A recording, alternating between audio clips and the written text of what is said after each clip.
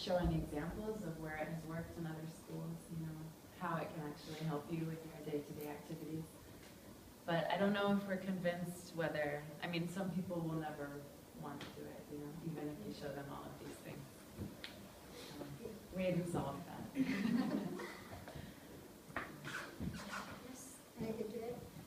Actually, a little bit similar to Amanda said, because in our group we just summarize maybe 3 things to do. The first one is, as Dan said, and Amanda said, this make some incentives like promotion or monetary award or professional development. And the second is that I need to demonstrate the advantages of the new technology, maybe to offer them some courses like that. And then also, Ayotunde said they have training. They could offer some training courses to those teachers. No. Yeah, and Ayotunde could say something else.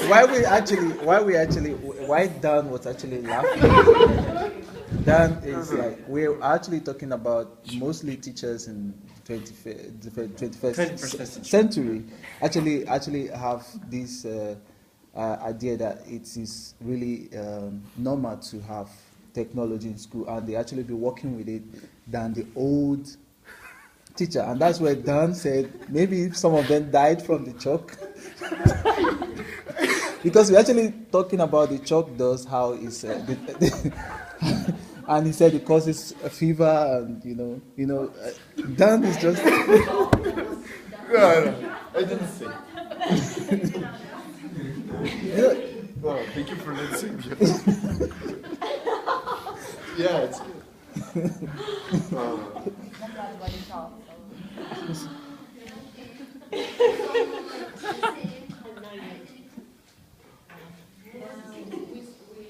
talked about our countries that are more into the traditional style of teaching, and a lot of the first, having in mind aging of the population in Europe, a lot of the teachers are actually older age and they are not used to working with technology, and that's why they are not very fond of using it. And the most difficult thing will be to change the mindset.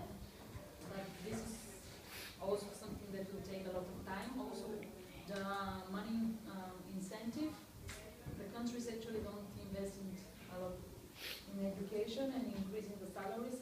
So the newer generations are not motivated to become teachers. So it's really difficult. And then we said maybe the students can teach the teachers, but then the authority of the teacher will immediately fall, and it will be problematic because now they are the people who are giving the assessment, the marks, and then the students will say, okay, I'm teaching you to use the computer, why for example, he should give me a bad mark or something.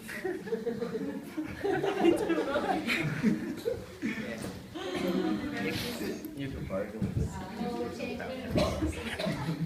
You saying that Mark is like not just buying the technology, but also spending a lot of money in training the teachers. I mean, we're talking about we being of a generation when even we were introduced to technology, in our late teenagers. But for the next generation, maybe they'll be more open to using technology. But currently, they will need a lot of training, and it's not easy to change the mindset. And I think, yes, there could be incentives, or also you could just start off with, maybe it could be forceful, or maybe kill them all, I don't know. But yeah, there has to be a start somewhere to make the change, the mindset shift. It could be training, and it also could be policy level imposition, but there has to be a change. Yes, many of the reports, they talk about continuous professional development programs. It's not like just 1 or 2 professional development programs, but a continuous one, as well as teacher education programs. Many papers have stressed this, like in many parts of the world, the teacher training programs is not really focused on incorporating technology. So this is one of the reasons. And when we talk about the young generation and even the young generation who used to go to the teaching field, they actually not using technology effectively in the teaching environment. they may be familiar with the latest technology tools, but it is how it is used in instructional practice. It is not working. So basically, most of the papers, they talk about